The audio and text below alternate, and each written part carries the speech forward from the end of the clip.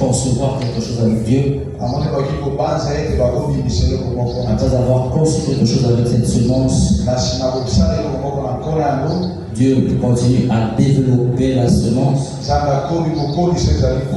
après avoir développé la semence, ce que Dieu veut, c'est que tu puisses enfanter ce qui a été conçu. Ça veut dire que toutes ces choses que je suis en train de citer, d'énumérer, a un trait à voir avec ce qu'on appelle le protocole divin. Protocole vient du mot latin protocolo. Proto veut dire premier. Colon veut dire coller.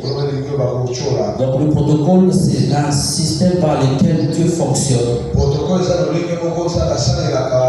atteindre un objectif final.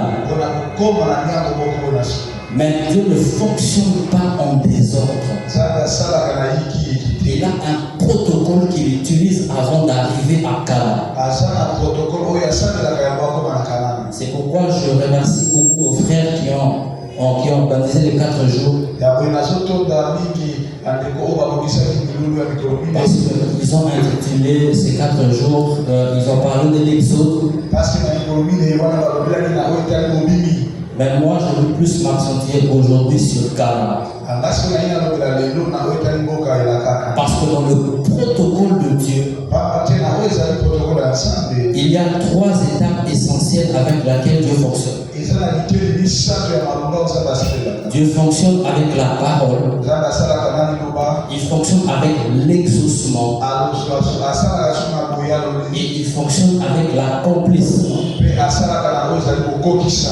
Mais quand vous parlez d'Exode, vous devez parler aussi de Canaan.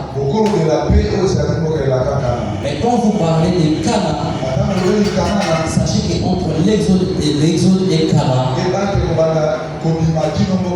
il y a une période intermédiaire sur laquelle vous pouvez rencontrer la mer Rouge. Vous pouvez aussi rencontrer le désert.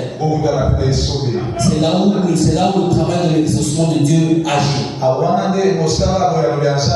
Parce que la vérité, c'est laquelle? C'est que l'exaucement de Dieu n'a rien à voir avec l'accomplissement de Dieu.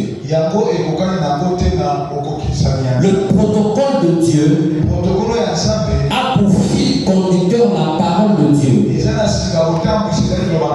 veut dire que tout commence par la parole. Mais même quand vous arrivez dans l'exaucement, la parole est toujours là. Mais ça prend juste une autre forme. Même quand vous arrivez aussi à l'accomplissement, la parole est toujours là. Mais ça revêt aussi une autre forme. C'est pourquoi la Bible déclare comme la neige et la pluie descendent sur la terre. Elle ne remonte pas à Dieu sans avoir accompli.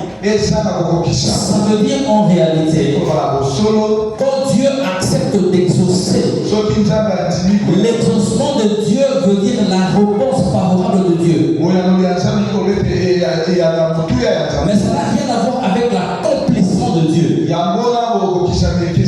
Pour que l'accomplissement de Dieu soit constaté, il faut que la neige et la pluie puissent remonter à Dieu.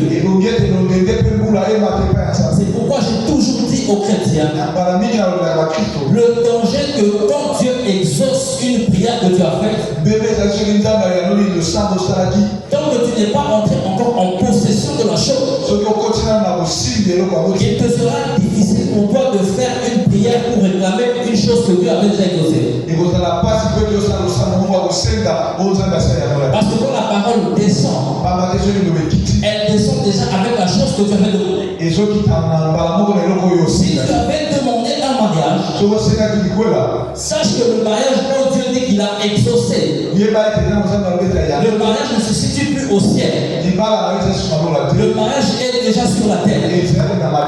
Ce qui fait que quand toi tu continueras à demander un mariage que Dieu a déjà exaucé, Dieu n'aura plus un autre mariage dans les cieux à te donner parce que ce qu'il avait donné, il avait déjà exaucé.